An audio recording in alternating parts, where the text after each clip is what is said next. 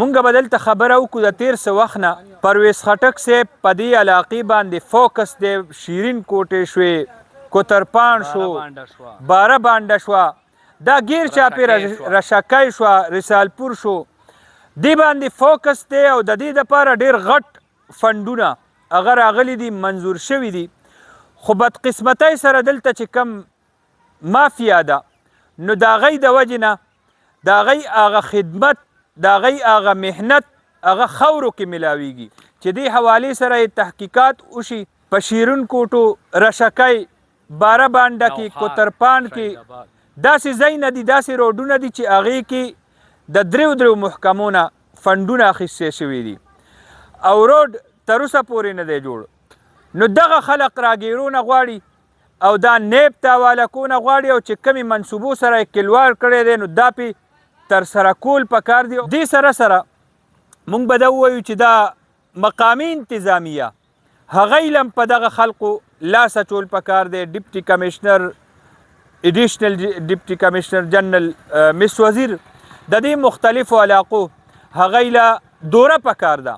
تحصیل ناظم، انرجیټک ناظم دی، تکړه ناظم دی، د دې مختلفو علاقو د دې روډونو د دې سپاټ هغه له معاینه پکار ده او د دغه خلاف د دغه خلقو چې کم د دوی هغه منصوبې خاورو کې ملاوي د دې خلقو خلاف ایکشن پکار دی. که هغه ټیکیدار دی، که هغه انجینیر دی، که هغې کې مقامي داسې خلقي، نو ځکه چې دا فنډ راځي دا ډېر په ګرانه راځي او دې باندې ډېر محنت شوی دی.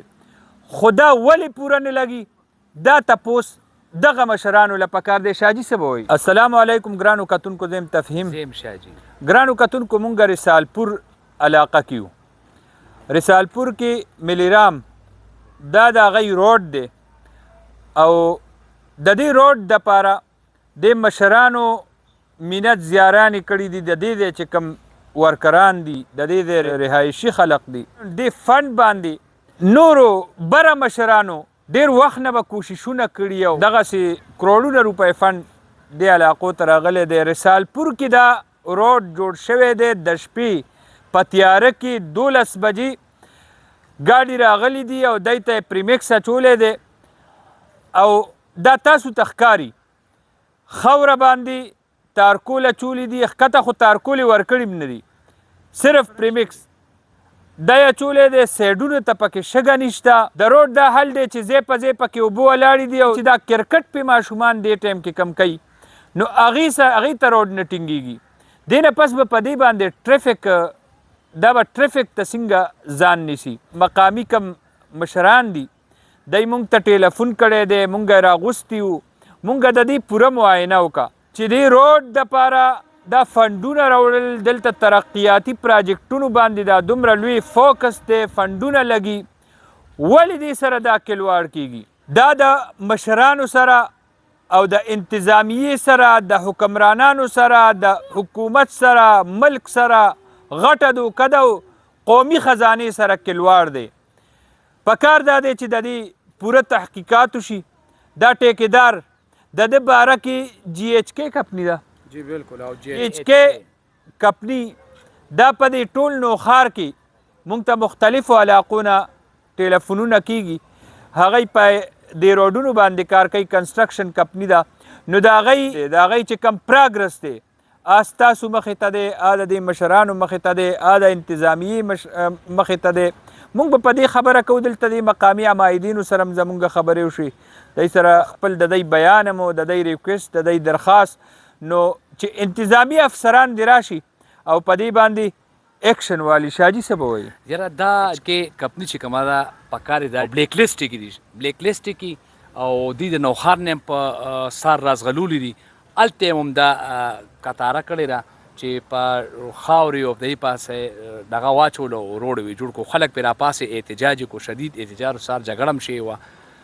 پکار دی ګوره د سارپور ښه تعلیم یافته ښه باشعور خلک دي چې هغوی سره دا کېږي. نور علاقې کې به د سکردي خو د فنډ تباهي وکړو. دا څوک جوړوي؟ سی این ډبلیو کې پکار دی ولسیر ولاړي دغه انجینیر ولاړ انجینیر ولاړي نو نه انجینیر چې نه ورسیر شو د شپې دی دا چې کوم دا خړې او وړاندې کبان دي کنه ماشومانو چې په دې باندې فوري موږ مسوځي تم دا مطالبه کوو ډیس تم دا مطالبه کوو چې فوري په دې نوټس والی او دې باندې فوري نوټس پکار دی دا په مختلفو علاقو کې دا کمپنی خلقو را شړلې ده او خلقو ورسره جګړې کړي دي باقي ډز دوز پاتې لاس اچولو ته نوبت راغلی دی او سار په نوخار کې یو بل ته مستو ګریبان شوي شهید آباد کې لاس اچولی او وجه دا وه چې هغه ناقص کار دا چې کم پریمکس راوړي کم ټمپریچر دی له پکار دی په کم موسم کې پکار دی هیڅ خیال نه یې ساتلی شوی او د شپې په تیاره کې 12 بجې چې سار خلک راپاسي نو دا شګې مګې ورته اچولی شوي دې باندې فوري نوټس اخیستل پکار دی مونږ دا رپورټ دا کمپنی بلیک لیسټ کی ډیره مننه الله په امان